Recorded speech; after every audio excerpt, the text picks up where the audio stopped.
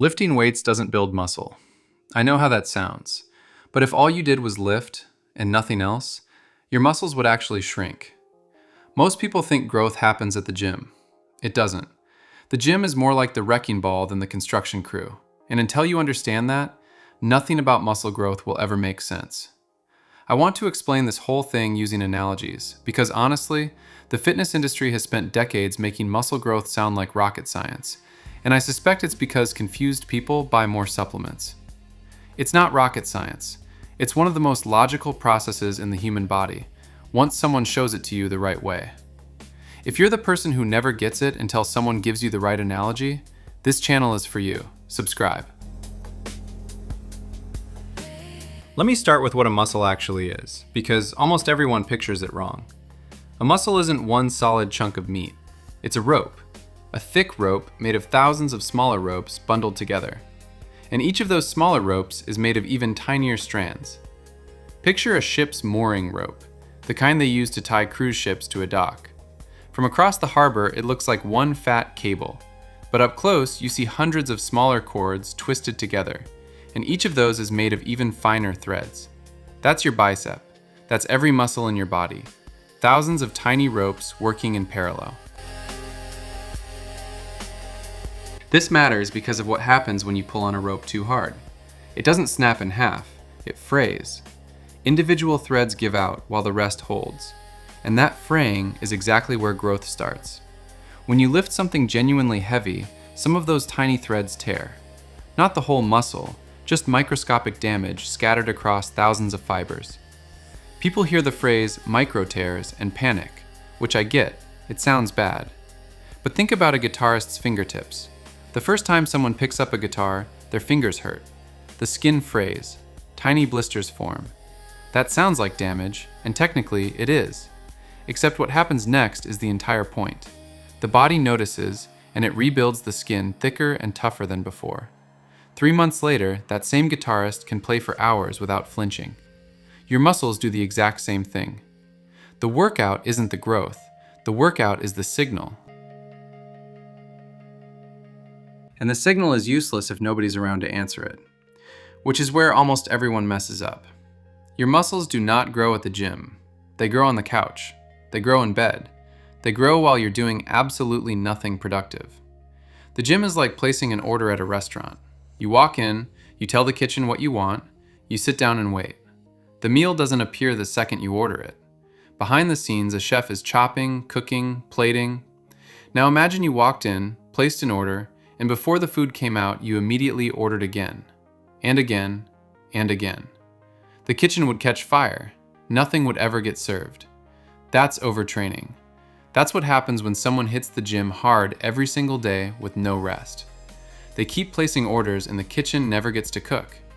I did this for almost a year when I first started lifting, and I made basically zero progress because I was so convinced that more work equaled more growth. More work without rest equals nothing. Rest isn't laziness. Rest is when the actual building happens. But even the best chef in the world can't cook a steak if the delivery truck never showed up. And that delivery truck is carrying the one thing your body literally cannot build muscle without: protein. Think of your body as a construction site. The workout damaged the building. Your body has the blueprints, the workers are on site, they've got their hard hats on. But if there are no bricks, construction doesn't happen. The workers stand around. The building stays damaged. That's what happens when people train hard and don't eat enough protein. They sent the signal, the crew showed up, and the supply truck never came. This is why serious lifters obsess over protein in a way that sounds insane to everyone else. It's not vanity. It's not bro science. It's just that without the raw material, nothing gets built no matter how hard you trained. Carbs and fats matter too, but in a different way. They're the electricity and water for the site, not the bricks, but what keeps the workers moving. Cut them out entirely and the whole site slows to a crawl, even if you have a mountain of protein stacked in the corner. Quick favor before the next part, because the next part is the one that actually changed how I train forever. If any of this has been useful so far, smash the like button. I know everyone says that, but on a channel this small, it genuinely makes a difference. YouTube uses likes to figure out whether to show this video to other people who'd actually benefit from it, and every single one matters more than you think. Alright, back to it.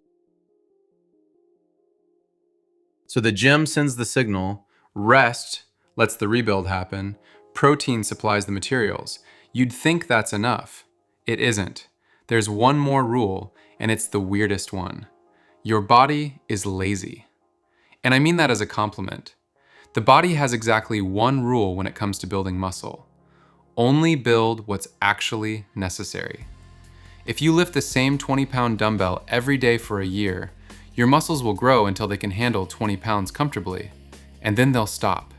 Not because they can't grow more, because they have no reason to. Your muscles are like a company hiring employees. If the workload stays the same, management isn't hiring. Why would they? The current team handles it fine. But the second the workload spikes and the team is struggling to keep up, now there's a reason to hire. That's progressive overload in one sentence. You have to keep raising the demand, or the body has zero reason to keep building. This is why people plateau. They're not doing anything wrong in the gym, they're just not giving their body a reason to hire. The other thing that trips people up is time.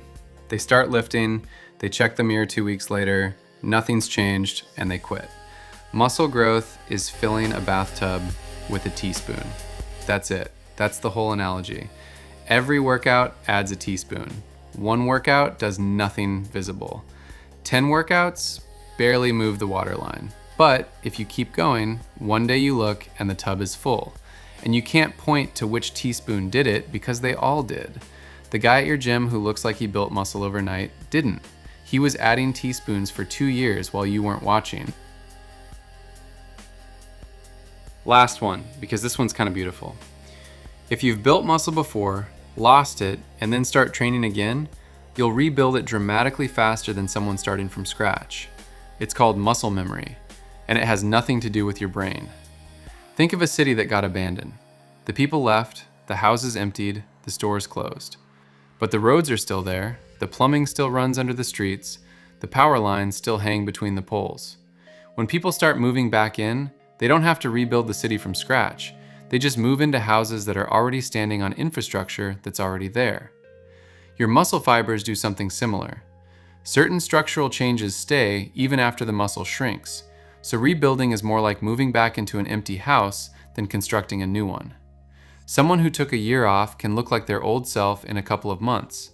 Someone starting fresh might take a year to get to the same place. Not fair, but the body rewards anyone who did the work once, even years later. All right, let me stack all of this together in one breath because this is where it locks in. Muscles are ropes made of smaller ropes. Lifting them hard causes tiny fraying, like blisters on a guitarist's fingers, and the body rebuilds the fibers thicker to handle the load next time. The gym just places the order. The actual cooking happens during rest, which is why overtraining is worse than undertraining. Protein is the bricks on the construction site, and carbs and fats are the electricity and water that let the crew actually use them. Your body only hires new workers when the workload genuinely increases, so you have to keep raising the weight.